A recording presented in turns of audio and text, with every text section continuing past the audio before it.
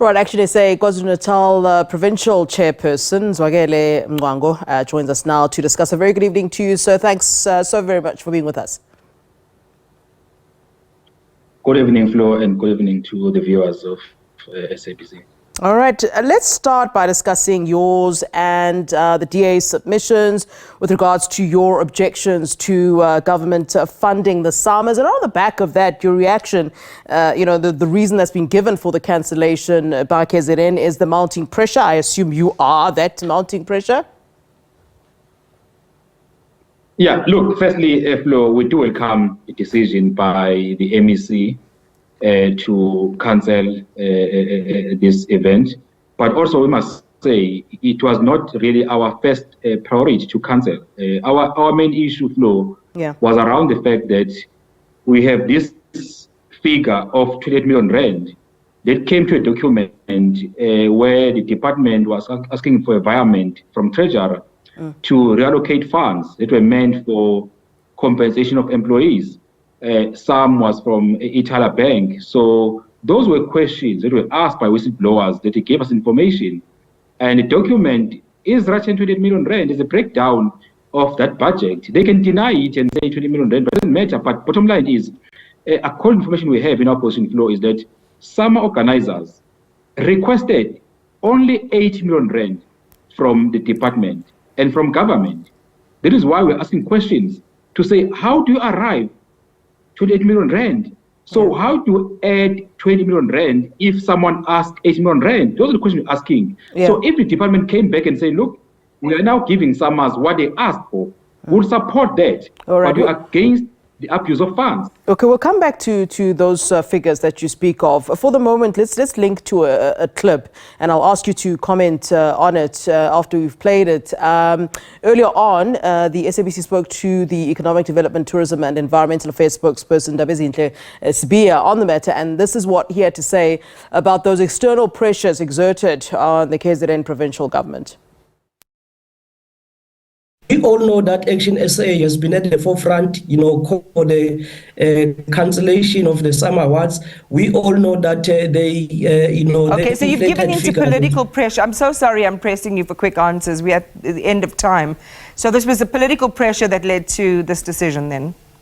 We are saying there is some sections of society that believe that the creative sector do not deserve special attention. Okay. It is a reality. We are reiterating our point that, as we move forward, we will be working with the recording industry of South Africa and the creative sector to resuscitate the sector of our economy. All right, so Zwakele, the opposite of what you said, sir. You said, look, if it wasn't the issue of the money, and we'll get to that, you would have supported the SAMAs coming to KZN and the hosting of the SAMAs. What is your response, though, to what the Economic Development, Tourism and Environmental Affairs spokesperson, Cancellation, had to say in terms of you being at the forefront of this political pressure, essentially blaming ActionSA for what's then transpired? Look, he is right. We did put pressure. We had to put pressure because we had a lot of questions. That is why, for example, we asked a portfolio committee chairperson to call a special portfolio committee meeting so that members of the legislature can engage and question the MEC on these items that were budgeted for. For example, Flo, there were many questions and answers here.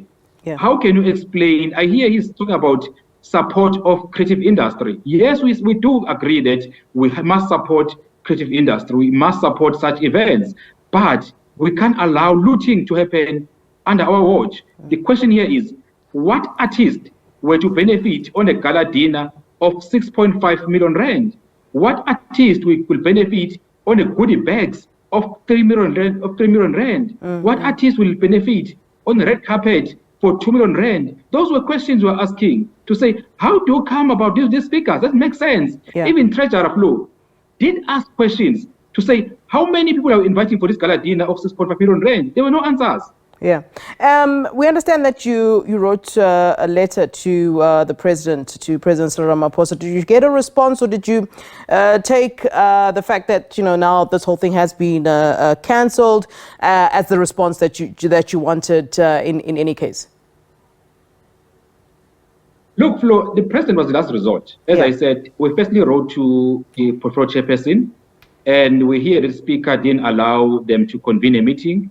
Obviously, was trying to protect the MEC or her comrades. But bottom line is we had to go to the president to ask him, as the ANC president, to say, President, can you engage with your comrades because we talk about renewal?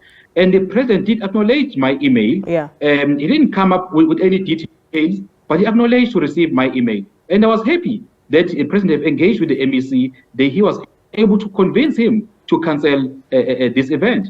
Yeah, I would imagine, there's this drama linked to the ICC in Durban. Can you perhaps, let us in on it? I mean, we're hearing that the ICC, the Durban International Convention Center, has, been accused of corruption and colluding with the ANC. There's monies owed to people. What is your, understanding of what exactly is going on? I mean, there was a story about the ANC and the ICC also being in some sort of collusion. Can you just clarify that situation, and if you're involved in any way?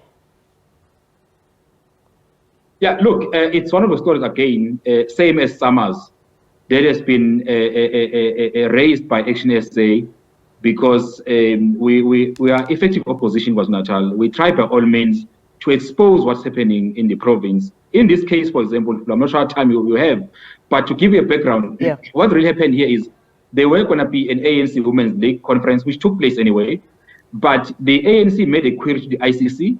Then when they received a quotation from ICC, they were supposed to sign an MOU between the ANC and the ICC, but they've decided to send the quotation to the municipality. Then the MOU was signed by the municipality instead of the ANC, which means the municipality was committing to pay about 5 million rand to the ICC. Then they've changed the name of the event to Women's Month Launch. That never existed. That's when I got information on the 7th of August.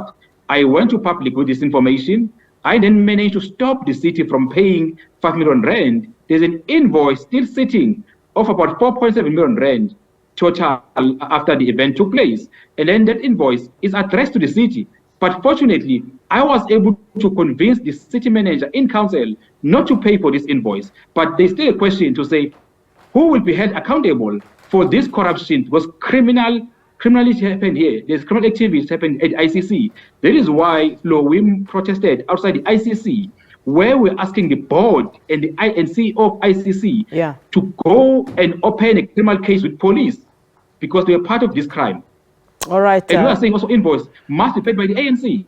All right. Thanks very much for giving us your time and, of course, giving us all this information. Then Zwakele Mncwango, who's ActionSA KZN Provincial Chairperson.